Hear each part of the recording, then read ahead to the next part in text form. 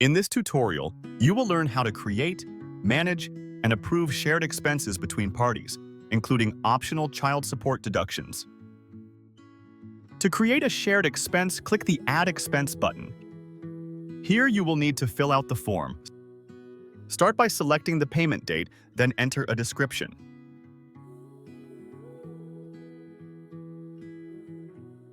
Choose a category, then enter the amount. You also need to decide on the split type. Should the other party pay the full amount, 1/3, half, or a custom amount? Select your preferred option. The next thing to decide is whether this should be deducted from the next child support payment or paid separately. This is optional. If you'd like to request that it's deducted from child support, select Child Support Deductible. You can also add a receipt for the expense if you wish. Once you're finished, add the expense. By adding the expense, you have now notified the other party that you've made a request to share an expense. It's now up to them to approve or decline it.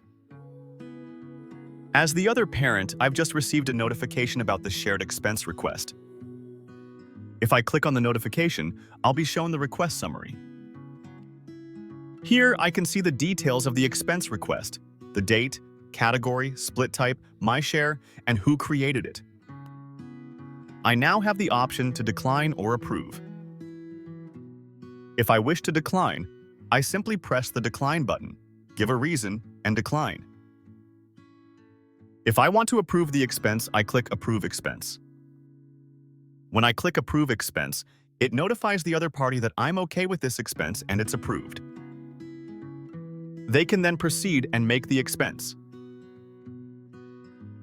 As the other parent, I've now received a notification that my expense has been approved.